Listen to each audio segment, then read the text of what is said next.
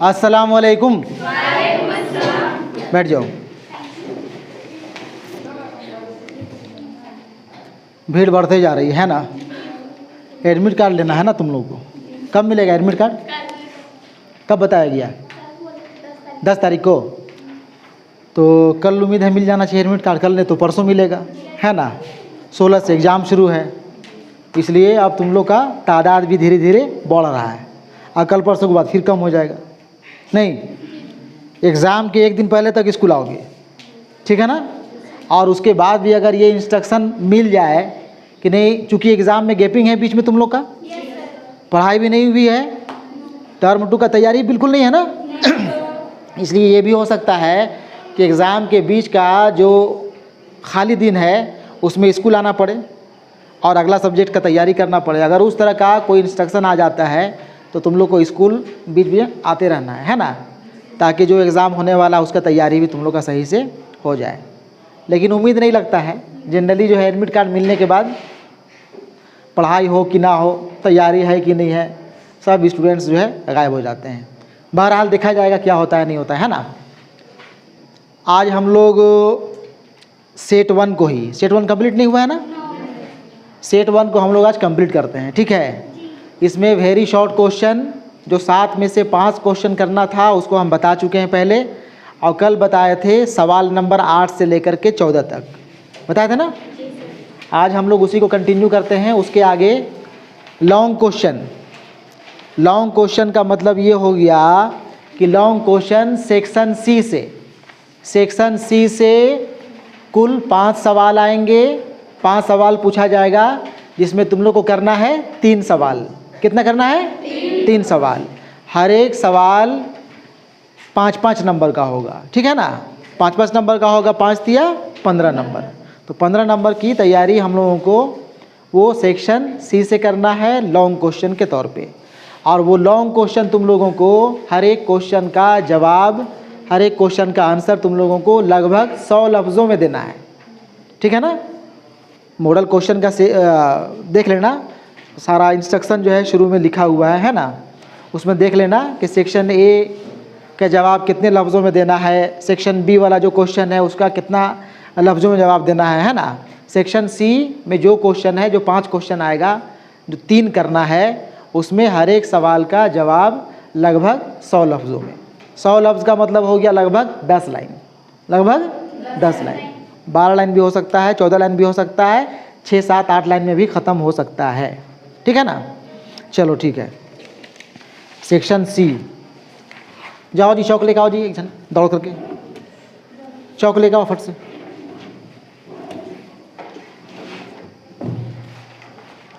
Section C में देखो, section C set 1 का सेक्शन सी, ठीक है ना। सेक्शन सी में सवाल नंबर 15, सवाल नंबर 15 क्या सवाल है पढ़ो तो। गोरी के किरदार पर मुख्तसरन लिखिए। सवाल है गोरी के किरदार पर मुख्तसरन लिखिए। बात समझे? गोरी के किरदार पे, गोरी एक किरदार है ना, अफसाना गोरी हो गोरी का किरदार है। कितना ले आया? 1 मुट्ठा ही। अफसाना गोरी हो गोरी का किरदार है गोरी, जो एक गाय है, गोरी एक गाय है ना जी, एक जानवर है। उस किरदार के बारे में जो है, जो तुम लोग जानते हो, उसको मुख्तसर में, मुख्तसर का मतलब भी यहाँ पे ये हो गया कि कम से कम 10 लाइन में लिखना है, ठीक है ना। जो हम लिखे हुए हैं उसको बता देते हैं, तुम लोग उसको देखो ध्यान से, ठीक है ना। और उसके बाद फिर इसी को अपने भी जुमले में बना करके लिख सकते हो, और अपना जुमला नहीं बना सकते हो, रट सकते हो, याद कर सकते हो तो इसको रट लेना, याद कर लेना, ठीक है ना। और नहीं तो फिर एग्ज़ाम में जो लिखना है वो तो लिख ही देना, ठीक है ना। चलो देखो जवाब। गोरी, सैयद रफ़ीक हुसैन का अफसाना गोरी हो गोरी का अहम बल्कि यूँ कहा जाए कि मरकज़ी किरदार है। अहम किरदार है ना, एक जानवर का कहानी वहाँ पे है ना, एक अहम किरदार है गोरी, बल्कि मरकज़ी किरदार। मरकज़ी किरदार मतलब मेन किरदार अफसाने का। फिल्म की हीरोइन कह सकती हो, गाय है ना, अहम किरदार है, मरकज़ी किरदार है। अहम बल्कि यूँ कहा जाए कि मरकज़ी किरदार है। गोरी एक गाय है, उसे अफसाना निगार ने अफसाना की हीरोइन बनाकर पेश किया है। उस गाय में हिंदुस्तानी औरत के से औसाफ नज़र आते हैं। हिंदुस्तानी औरत की जो सिफत होती है, जो खासियत खुसूसियत होती है, वो सिफत वो खासियत उस जानवर में नज़र आ रही है ना, औसाफ नज़र आते हैं। उसका दिल ममता के जज्बे से पुर है। किसका दिल? गोरी का दिल। गोरी का दिल ममता के जज्बे से पुर है, ममता के जज्बे से भरा हुआ है, ममता कूट कूट के भरा हुआ है उस जानवर में, गाय में, है कि नहीं है? पुर है। उसमें माँ वाली मोहब्बत और इसार है, वफ़ा है, खुलूस है। वो अपने बछड़े को जो बाढ़ आने पर कहीं बह जाता है, उसे बचाने के लिए भरपूर जद्दोजहद करती है और वो उसे बचाने में कामयाब भी हो जाती है ना। यही बात लिखना है।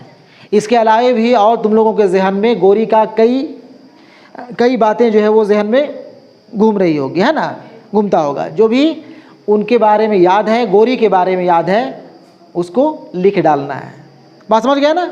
वहाँ पे ये बिल्कुल नहीं सोचना है कि हम सही लिख रहे हैं कि गलत लिख रहे हैं, बस लिखो, सोचने का टाइम ही नहीं रहेगा। वैसे एक आइडिया के लिए हम जवाब बना दिए हैं कैसे लिखना है, ठीक है ना। चलो आगे, सवाल नंबर 16।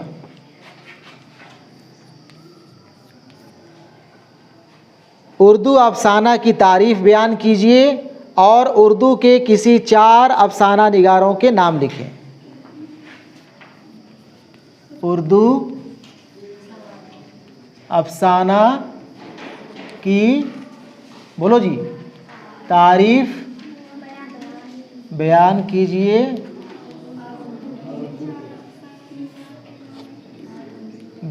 कीजिए और उर्दू के किन्हीं 4, वही लिखा हुआ है ना, उर्दू के किसी 4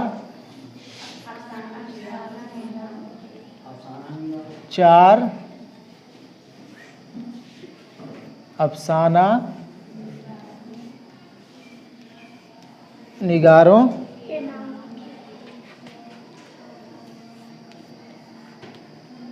के नाम लिखें, ठीक है ना। उर्दू अफसाना की तारीफ़ बयान कीजिए, यानी अफसाना कहते किसे हैं, उर्दू अफसाना कहते किसे हैं, उर्दू अफसाना के बारे में लिखना है। 9 क्लास से बोलते आ रहे हैं, समझाते आ रहे हैं, अफसाना पढ़ाते थे, जब भी पढ़ाए उसके पहले अफसाना का तारीफ़ जो है हम बताते आए, है ना, पढ़े हो ना पहले अफसाना के बारे में। अफसाना छोटी कहानी को कहते हैं, एक ऐसी कहानी जिसे एक ही नशिस्त में पढ़ी जा सकती है, एक ही बैठक में पढ़ी जा सकती है। कई बातें अफसाना के बारे में हम बता चुके हैं, है ना, वो लिख देना है। और उसके बाद उर्दू के किन्हीं 4 अफसाना निगारों का नाम लिखना है। 4 अफसाना निगार, तुम लोग को तो यहाँ 2 अफसाना पढ़ना है कि नहीं पढ़ना है? 2 अफसाना पढ़ना है ना जी, वो दोनों अफसाना निगार का नाम लिख दो। गोरी हो गोरी किसका अफसाना है? सैयद रफ़ीक हुसैन, एक नाम उनका लिख दोगे, लिख सकते हो ना। दूसरा अफसाना तुम लोग पढ़े हो चौथी का जोड़ा, है ना जी, किनका अफसाना है? इस्मत चुगताई, इस्मत चुगताई का नाम लिख दो। 9 क्लास में पढ़े हो या 10 क्लास में, नया कानून, सादत हसन मंटू का अफसाना पढ़े हो ना, नहीं याद है? सादत हसन मंटू का अफसाना नया कानून क्लास 10 में था, तुम लोग नहीं पढ़े होगे। कोरोना काल तुम लोग को पढ़ने ही नहीं दिया, बचा लिया पढ़ने से, नहीं कैसे निकल गए, कैसे 10वीं से 11वीं में आ गए पता नहीं चला तुम लोग को, है ना। तो कई अफसाना निगार हैं उर्दू के। प्रेमचंद उर्दू के बड़े अफसाना निगार, उर्दू के शुरुआती दौर के अफसाना निगार, उनका नाम लिखो। कृष्णचंद्र, राजेंद्र सिंह बेदी, कई अफसाना निगार हैं जिसमें से किन्हीं 4 का नाम लिखना है। ठीक है ना। अफसाना के बारे में तुम लोग और जवाब इसका देख लेना, पढ़ लेना। ठीक है। अफसाना 2 अफसाना जो पढ़ना है उसके पहले अफसाना के बारे में लिखा हुआ है। और अगर पेज नंबर पूछोगे तो पेज नंबर तुम लोग को मिल जाएगा, वो पेज नंबर तुम लोग को 33 में मिल जाएगा। जब किताब तुम लोग उल्टोगे तो पेज नंबर 33 में उर्दू अफसाना के बारे में तफसील से वहाँ पे लिखा हुआ है। ठीक है ना। और किसी 4 अफसाना निगार का नाम वहाँ से देख लेना, या जो हम तुम लोग को दिए हुए हैं क्वेश्चन विथ आंसर शीट उससे कर लेना, देख लेना। ठीक है। चलो आगे देखते हैं। सवाल नंबर 17। सवाल नंबर 17, नज़्म एक लड़का का मरकज़ी ख्याल लिखें। सवाल नंबर 17, नज़्म एक लड़का।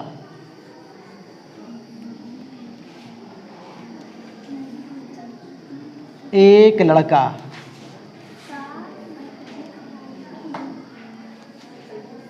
का मरकज़ी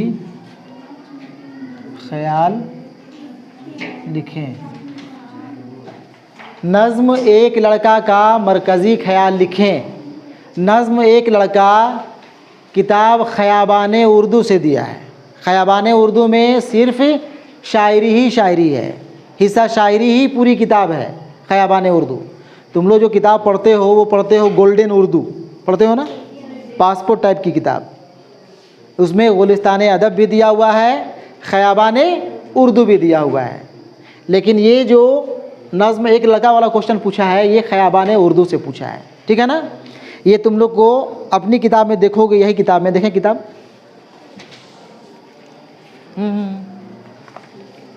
यही किताब ना है जी सबके पास, तुम लोग के पास। हाँ, गोल्डन उर्दू लो। इसमें देखोगे तो इसमें पेज नंबर तुम लोग को मिलेगा 136 में। पेज नंबर 136 जब उल्टोगे तो वहाँ पे नज़्म एक लड़का का मरकज़ी ख्याल तुम लोगों को मिल जाएगा। ठीक है ना। वैसे हम समझा देते हैं, देख लो। नज़्म एक लड़का अख्तरुल ईमान की बेहतरीन नज़मों में से एक है। किसकी नज़्म है? अख्तरुल ईमान। नज़्म एक लड़का किसकी नज़्म है? अख्तरुल ईमान। नज़्म एक लड़का के नज़्म निगार अख्तरुल ईमान है। कौन है?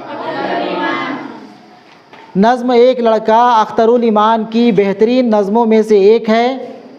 ख़ुद कलामी के अंदाज़ में की गई यह नज़्म मानवियत से भरपूर है और हमें फ़िक्र फ़न की दावत देती है। नज़्म निगार ने अपनी इस नज़्म में गाँव के एक सीधे सादे लड़के की कहानी पेश की है।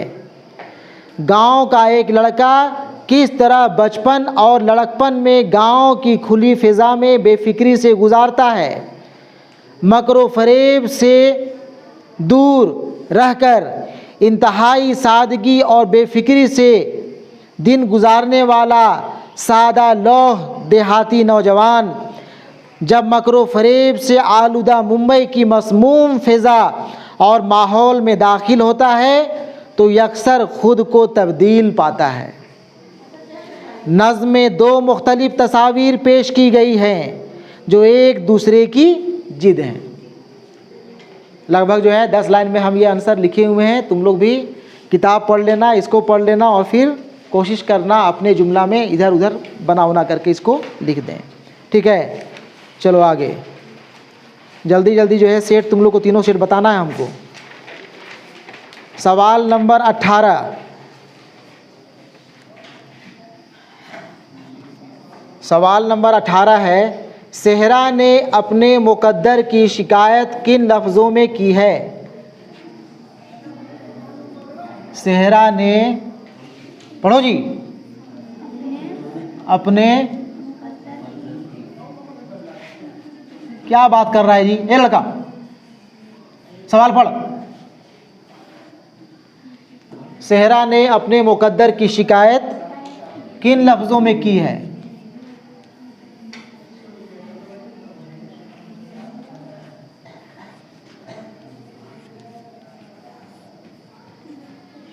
सेहरा ने अपने मुकद्दर की शिकायत किन लफ्ज़ों में की है? ये भी एक दुआ है, तवील नज़्म है, सेहरा की दुआ। नज़्म का उन्वान है सेहरा की दुआ, एक तवील नज़्म है। ये भी खयाबा ने उर्दू से पूछा है।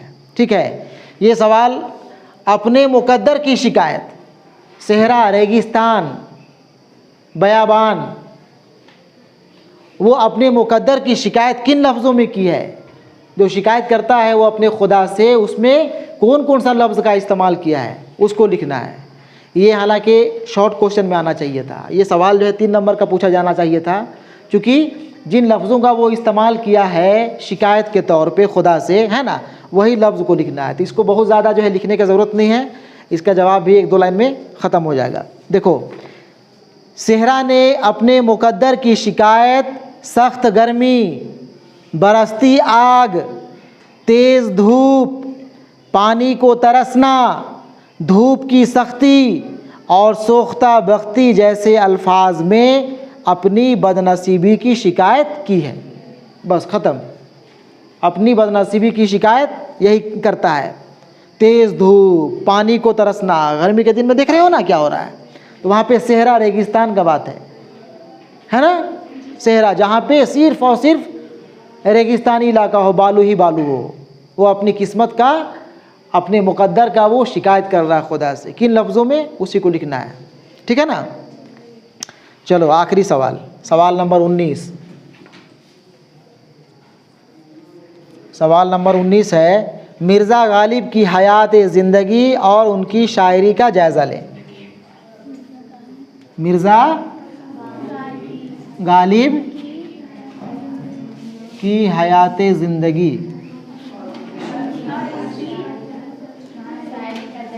हयाती ज़िंदगी और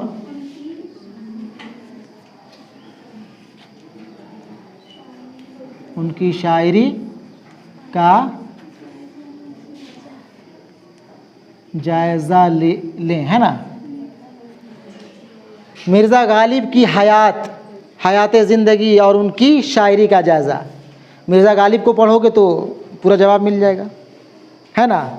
मिर्ज़ा गालिब को पढ़ोगे पेज नंबर 80 में, पेज नंबर 80 में, अपनी किताब में पेज नंबर 80 में देखोगे, दिगेर सवाल नंबर 1, उसमें मिल जाएगा। हम पढ़ दे रहे हैं एक बार। मिर्ज़ा गालिब का शुमार उर्दू के सबसे बड़े शायरों में होता है। मिर्ज़ा गालिब का शुमार, मिर्ज़ा गालिब की गिनती उर्दू के सबसे बड़े शायरों में होता है। ध्यान से सुनो, ताकि कुछ जो है जुमला, कुछ सेंटेंस तुम लोग को याद हो जाए तो उसको इम्तहान में लिख डालो। ठीक है। मिर्ज़ा गालिब का शुमार उर्दू के सबसे बड़े शायरों में होता है। उनकी पैदाइश 1797 ईस्वी में आगरा में हुई। ठीक है ना। दादा, बाप और फिर चचा की मौत के बाद उनके नाना ने उनकी परवरिश की। 13 साल की उम्र में उनकी शादी दिल्ली के एक मुअज्जिज़ ख़ानदान में हुई। शादी के कुछ अरसे बाद वो दिल्ली आ गए और आखिरी दम तक वहीं रहे। 1869 ईस्वी में इंतकाल किए। यहाँ तक हो गया इनकी हयात ज़िंदगी। ठीक है ना। अब यहाँ दूसरा पैराग्राफ जो है, यहाँ सवाल में है ना जी, हयात ज़िंदगी और उनकी शायरी का जायज़ा। अब यहाँ से जो दूसरा पैराग्राफ हम बताने जा रहे हैं वो उनकी शायरी का जायज़ा है। वो शायरी जो करते थे, वो शेर जो लिखते थे, वो किस अंदाज के शेर लिखते थे, कैसा उनका शेर होता था। ठीक है, उसको सुनो। मिर्ज़ा गालिब ने शायरी शुरू की तो इब्तदा में असद तखल्लुस लिखा करते थे। बाद में गालिब तखल्लुस अख्तियार किया और इसी नाम से मशहूर हुए। गालिब के इब्तदाई दौर के अशार बहुत मुश्किल हुआ करते थे। बाद में कुछ सहल ज़बान में अशार कहे। उनके कलाम में ज़िंदगी और कायनात की बहुत सी नाजुक और बारीक बातों की तरफ इशारा मिलते हैं। उनके कलाम में फ़िक्र का उन्सुर ज़्यादा है। गालिब का एक शेर मुलाहज़ा हो, एक शेर जो है गालिब का मिसाल के तौर पे लिखा जा सकता है, वो लिख दिए हैं। हज़ारों ख्वाहिशें ऐसी कि हर ख्वाहिश पे दम निकले, बहुत निकले मेरे अरमां लेकिन फिर भी कम निकले, फिर भी कम निकले। ठीक है, तो यही है 1900 सवाल सवाल भी लिख दिए, इसका जवाब भी हम तुम लोग को पढ़ के सुना दिए, समझा दिए, ठीक है ना। कोशिश करना है कि तुम लोग जो है इसको लिख के प्रैक्टिस करो, एक बार कम से कम ज़रूर लिखो, है ना। हालांकि और भी सब्जेक्ट पढ़ना है तुम लोग को, टाइम भी कम रह गया है, कम से कम एक बार लेकिन ज़रूर लिखो इसको, ठीक है ना। पूरा सेट, तीनों सेट बारी बारी से, ठीक है। एक बार लिख के प्रैक्टिस कर लोगे, बहुत सारा बात याद हो जाएगा तुम लोग को, और फिर इम्तहान उम्मीद करते हैं कि इंशाल्लाह बढ़िया लिख करके आओगे, ठीक है ना। ठीक है, चलो रेगुलर अभी आओ, हम लोग 3-4 दिन में जो है सेट 2 और सेट 3 को भी करा देंगे हम, है ना। चलो ठीक है।